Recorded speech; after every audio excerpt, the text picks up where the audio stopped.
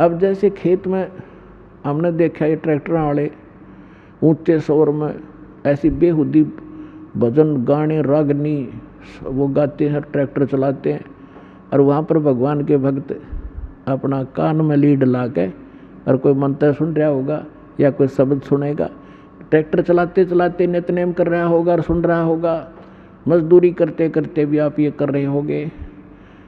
और ऐसे भक्त का बोया हुआ बीज भी जो भी आम समाज खावेगा उसको भी प्रभाव डालेगा। एक समय की बात है कि एक दो भक्त दो संत बने हुए थे, उन्हें चेले बना रखे थे। थोड़ा बहुत अध्यात्म ज्ञान इनको होता है तभी तो ये थोड़े बहुत आम समाज के अंदर पूज्य हो जाते हैं। तो वो दो संत थे, एक संत कहने लगा चल मेरे शिष्य हैं वहाँ चलते हैं, वो दूसरा भी साथ चला गया। तो जिसके वो जाकर रुके उस बहन ने नाम ले रखा था, दीक्षा ले रखी थी। उसके घर उसकी बहन आई हुई थी, उस बहन की बहन, और उसकी बहन की लड़की विधवा हो गई थी और वो बहन बड़ी टेंशन में थी। तो जो उपदेश प्राप्त थी उस बहन ने अपनी उस बहन को जो अनुपदेशी थी उससे कहा कि बहन रोटी बनवा दे, मेरी मदद कर दे, खाना बनवा दे, साधु संत आ रहे हैं। तो उस बहन ने वो खाना बना दिया जिसकी बेटी विधवा हो चुकी थी। उसी टेंशन में थी वह, क्या होगा मेरी बेटी का, छोटे छोटे बालक हैं, हाय भगवान के ऊपर कैसे गुजारा होगा, माता पिता को तो बड़ा टेंशन बनी रहती है। अब इन विचारों से ग्रस्त उसने खाना बना दिया, संतों ने खा लिया, वह सो गए। तो सुबह जो दूसरा था वो उठा और इतना टेंशन में उठा कि भाई क्या हो गया। उठ कर उसने अपने साथी से बताया कि भाई आज तो ऐसा सपना आया जैसे मेरी लड़की विधवा होगी हो, और उसका क्या होगा, मतलब बुरी तरह तड़फड़ा था। आँख खुली जब चैन हुआ है तो बुद्धिमान था, उसने कहा अपने मित्र से कि क्या इस परिवार में किसी को कोई आपत्ति है। तो बोला जी मन ने भी नहीं पता करता हूँ। उसने अपनी शिष्या बुलाई कि बेटी आपकी कोई तकलीफ है किसी प्रकार की, कोई लड़की को हानि होगी है। तो वो कहने लगी जी मुझे तो कुछ है नहीं, आपकी कृपा से मेरी बहन आई हुई है और उसकी लड़की मर गई, उसकी लड़की भी विधवा होगी, अभी 10 से 15-20 दिन हुए हैं और वो आई थी। तो उस संत ने पूछा क्या खाना किसने बनाया महाराज, कि उसी ने बनाया था। अपने आत्मा उस बहन के द्वारा बनाया गए भोजन में भी विचार प्रवेश हो गए और उस संत के ने खाया उस पर भी प्रभाव डाला उसने। तो इसी प्रकार अब ये अच्छे वचन, अच्छे ज्ञान, अच्छी वाणी जो भी जैसे कोई कहीं भी इस क्रिया कर रहा है तो उसी के अंदर प्रवेश करेगी। जैसे कोई सेठ है बैठा बैठा मंत्र कर रहा है और काम क्या वहाँ पर वाणी ला ले अपने भगवान की, दुकानदार है या कोई किस मजदूर है और कहीं भी जो कार्य करता है अपना, तो वहाँ क्या होगा कि उस सामान के ऊपर भी इसका प्रभाव पड़ेगा, जो और खरीद के ले जाएंगे उनको भी असर होगा। तो इस प्रकार हमारे जो सभी की आत्माओं पर पाप कर्मों का विष चढ़ने से मूर्छित पड़ी है या जागेगी और फिर भजन में लग गएगी। तो इस प्रकार इस परमात्मा का जो ये इंस्ट्रूमेंट बनवाने का जो उद्देश्य था, प्रयोजन, ये कोई ऐसे नहीं है।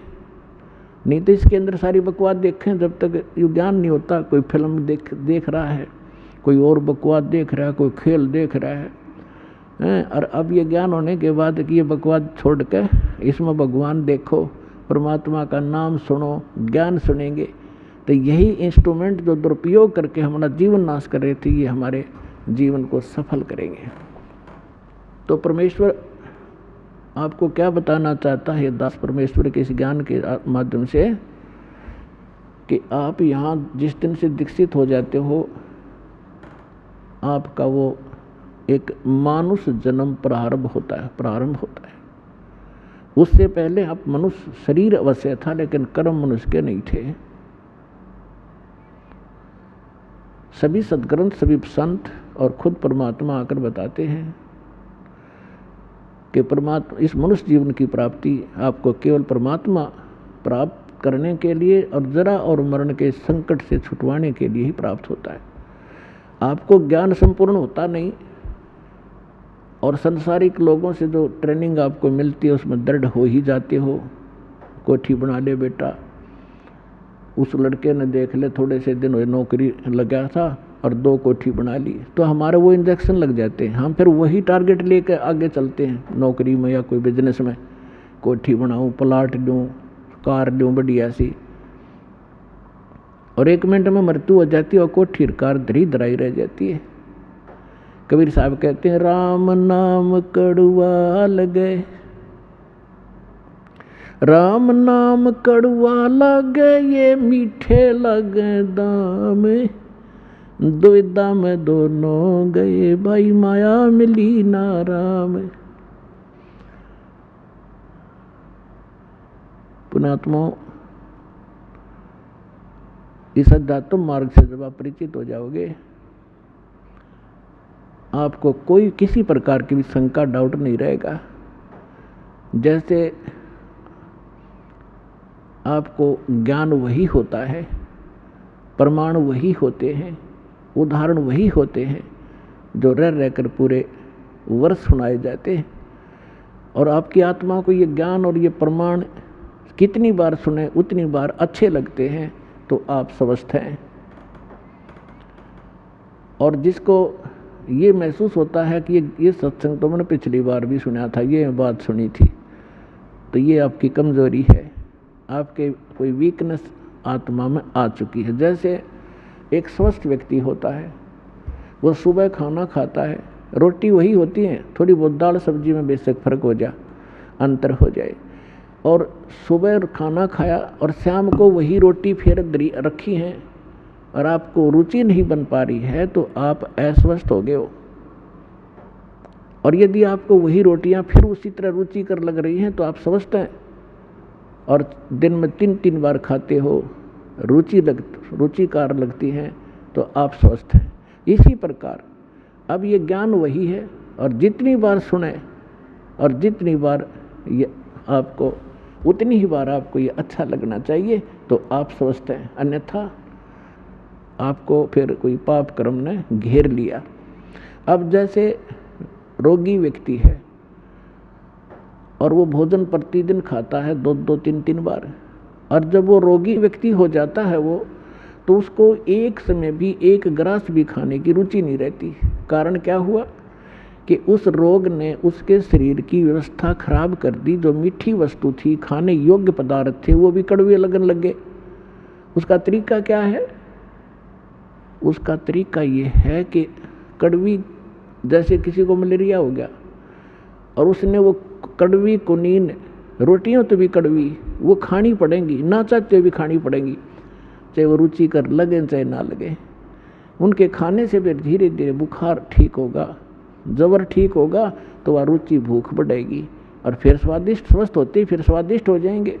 तो इसी स्वादिष्ट लगा करेंगे। इसी प्रकार ये सत्संग के अंदर ये दोनों डोज हैं। इसमें आत्मा का आहार भी है और ये ट्रीटमेंट, ये उपचार भी साथ होता है। जैसे कोई भक्त सत्संग सुन रहा है और ये मन में आता है कि तो पहले भी सुना था, तो बेशक आप ना चाहते हुए भी उठकर नहीं जाना चाहिए, उसको बार बार सुनना चाहिए। थोड़ी सी देर में आप देखोगे ओहो ये तो ठीक सी लगन लाएगी, तो ये कुनीन का काम भी करेंगी। ना चाहते हुए भी भगवान की महिमा को सुनते ही रहना चाहिए और ना चाहते हुए भक्ति जैसे मंत्र करने लगते हो, रुचि सी ना बनती, ना बनन दे। एक बार मंड जाओ करडे से होकर मन भागन दे, दूर थोड़ी देर भागेगा फिर आप पैसे होगा। इसी प्रकार परमात्मा कहते हैं कबीर हरि के नाम को खज बजोते खज, उल्टा सुल्टा ओ गही खेत पड़ा जो बीज।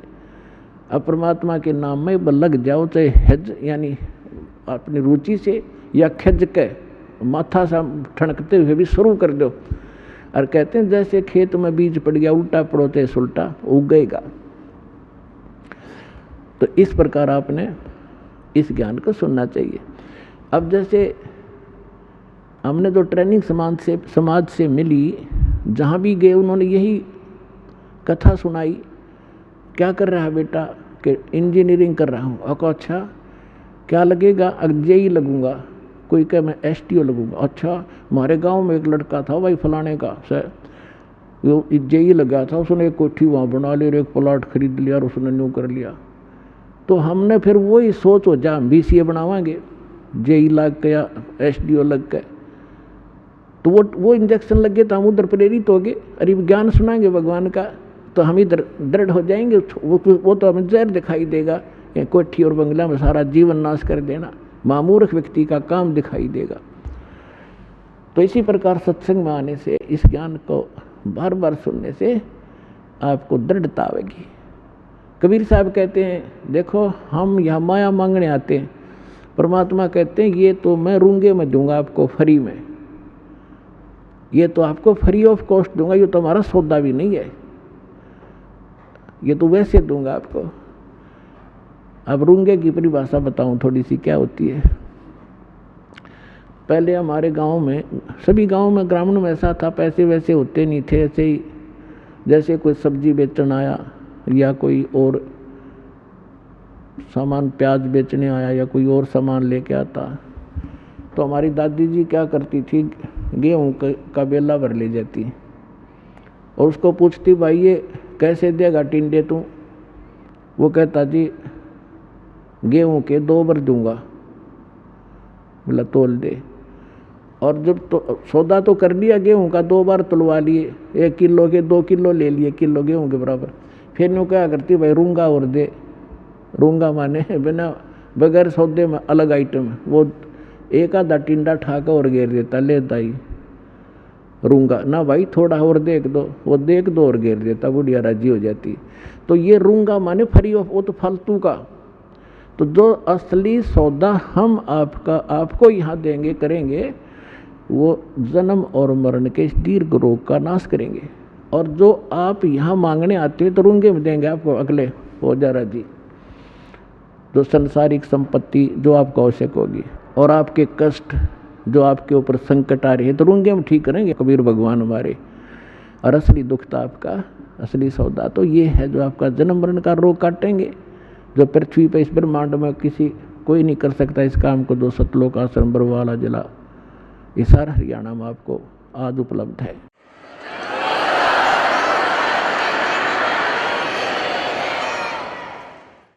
राम नाम कड़वा लगे, ये मीठे लगे दामे, दुविधा में दोनों गए भाई, माया मिली ना राम।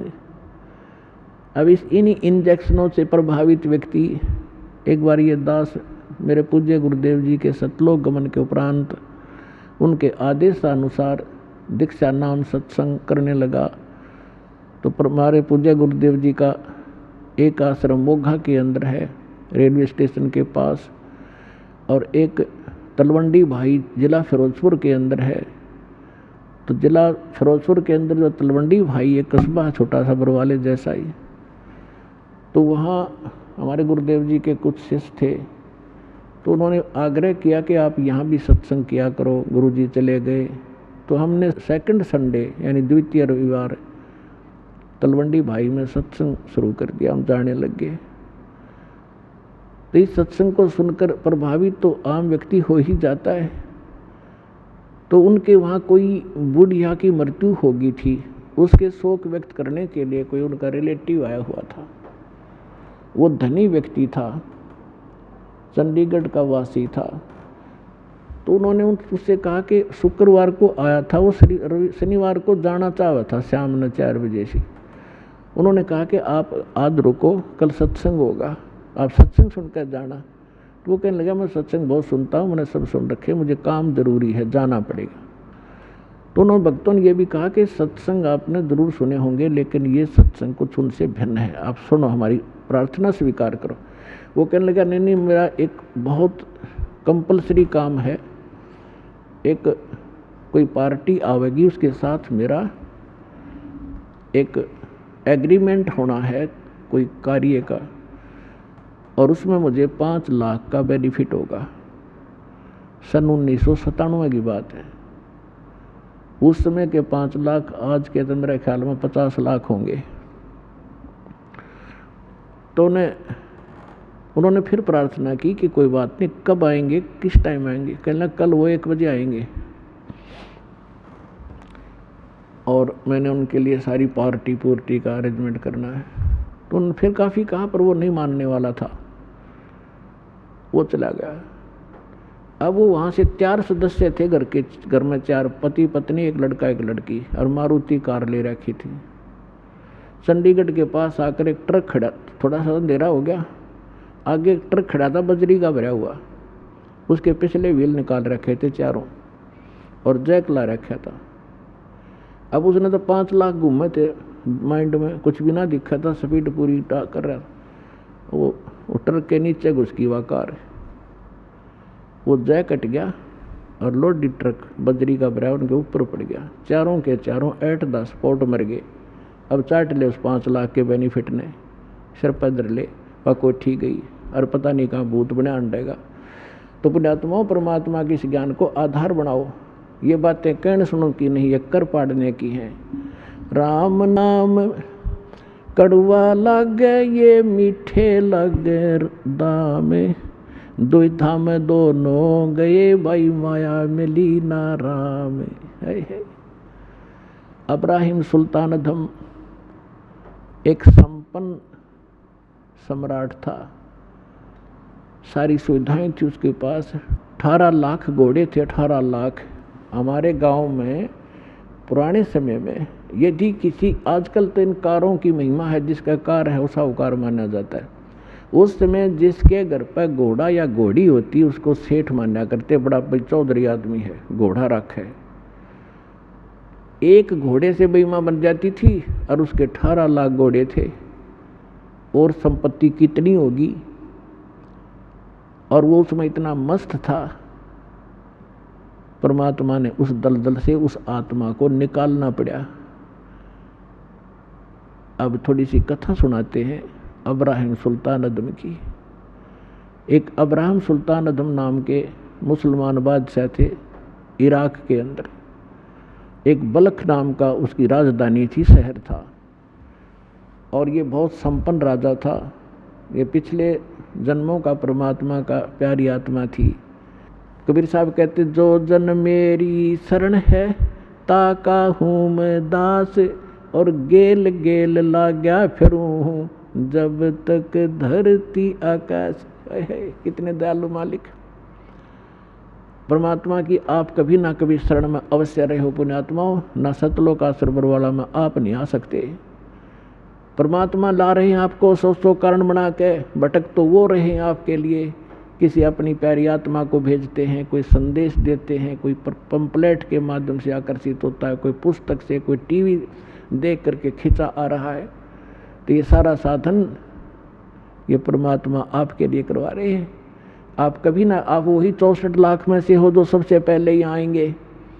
उसके बाद पूरा विश्व को उसी तरीके से जैसे सर्प का विष उतारने वाला गारडू मंत्र बोल बोल कर सचेत करता है, तो बाकी समाज को इस ज्ञान से, भक्ति से, इस परमात्मा की वाणी से, भक्तों के माध्यम से गांव गांव में, नगर नगर में ये मंत्र बोल बोल कर वो विष उतारेंगे। फिर वो जागेंगे बाद में। पहले 64 लाख आएंगे जो काशी में रह गए थे, भगवान के संपर्क में आए थे। तो परमात्मा कहती, एक बार जो मेरी शरण में आ गया उसके साथ रहूँगा सदा। तो कितने दयालु थे। जो आज से 600 वर्ष पहले भगवान नहीं आते या भक्ति में खत्म हो जाती, उस समय परमात्मा ने इसी लीला की और ऐसे चमत्कार किए। आज तक भक्तों के अंदर वो चर्चा का विषय है, भगवान ये कर देता है, तो वो क्या करते यही भगवान। और फिर कुछ सिरफिरे जैसे कमाल जैसे परमात्मा ने मुर्दा जीवित किया। लंबी कथाएं हैं ये बहुत गनी, लेकिन धीरे धीरे आपको सुनाया करेंगे। अभी तक तो आपको इन सदग्रंथों से, वेदों से ये मलाई निकाल कर आपके सामने रखी है। फिर ये कथाएं सुनाया करेंगे। तो दास, यदि ये कथा मैं पहले सुनाता, जब तक ये वेद सदग्रंथ और सब शास्त्रों से निर्णय नहीं निकालता था, किससे कहना जचा कबीर इज गॉड। और अब इस ज्ञान के माध्यम से प्रत्येक आदमी ये मान रहा है भक्त कि कबीर इज गॉड और कंप्लीट गॉड। तो परमात्मा अब क्या करते हैं, हम तो धन मांगने आते हैं और कहते हैं जो जन मेरी शरण है ताका हूँ मैं दास। अब दास देख लो किसा होया करे। दास किसे कहते हैं? दास की परिभाषा सुनाता हूँ। एक बार अब्राहिम सुल्तान अधम जो राजा था उसने घर त्याग दिया था, परमात्मा की कृपा से घर त्याग दिया था और वो किसी चला गया, एक आश्रम में रुक गया। उस आश्रम में सब दास कहें अपने आप को, फलाना दास फलाना दास, और थोड़ी बात पर एक दूसरे का न्याख काट लड़ने लगे, तू क्या बन रहा है। तब अब्राहिम सुल्तान अधम जिसकी दास कथा सुनाना जा रहा है, इसका थोड़ा सा लिंक बीच में और आ गया। जब वो घर त्याग गया था, पहले ये राजा था, तो उसने कहा कि भाई आप नाम दास जरूर लिखते हो पर कर्म आपके लक्षण दास के नहीं है। उन्होंने पूछा भाई क्या बात भगत जी, कैसे नहीं।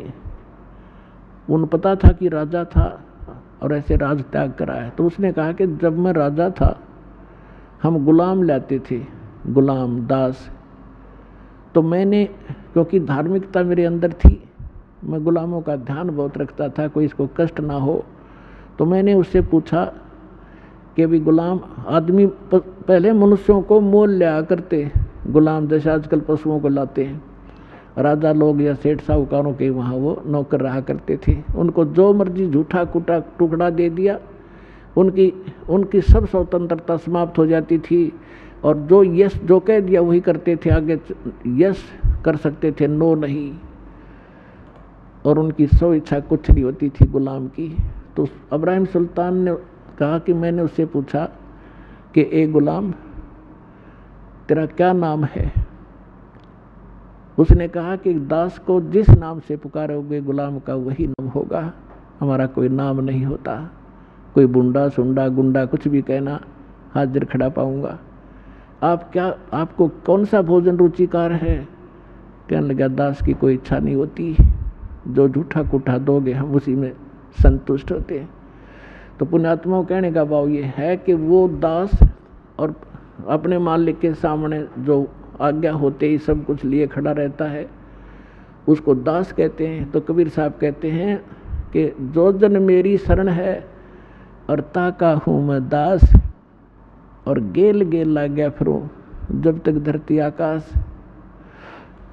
अब दास आपको सुनाना चाहता है कि अब्राहिम सुल्तान अधम पहले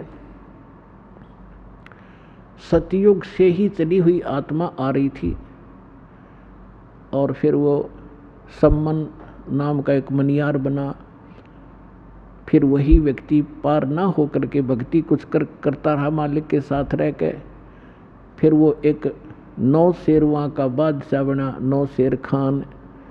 वहाँ पर भी वो भक्ति परमात्मा वहाँ पहुँचे, उसको ज्ञान दिया लेकिन मोक्ष नहीं हुआ, दृढ़ता नहीं की उसने। फिर उसकी भक्ति और दान के कारण वो अब्राहिम सुल्तान अधम बलख बुखारे का बादशाह बन गया। इतना धन उसके पास, हीरे पन्ने जवाहरात के खजाने के खजाने खड्डे भर रखे। अब हम मांगा भगवान से कोठी और कार, और परमात्मा कहते हैं ये तो है काल की बेगार जो तुम मांगने आते हो। जब आप भगवान की शरण में आ गए, क्या परमात्मा अनजान है कि मेरे बच्चे को किस चीज़ की आवश्यकता है। आज्ञा रखेगा आपको आपकी सोच से पहले, उसको आपका पहले पता इसको क्या संकट आने वाला है, उससे पहले आपके पास आगे खड़ा पाओगा भगवान।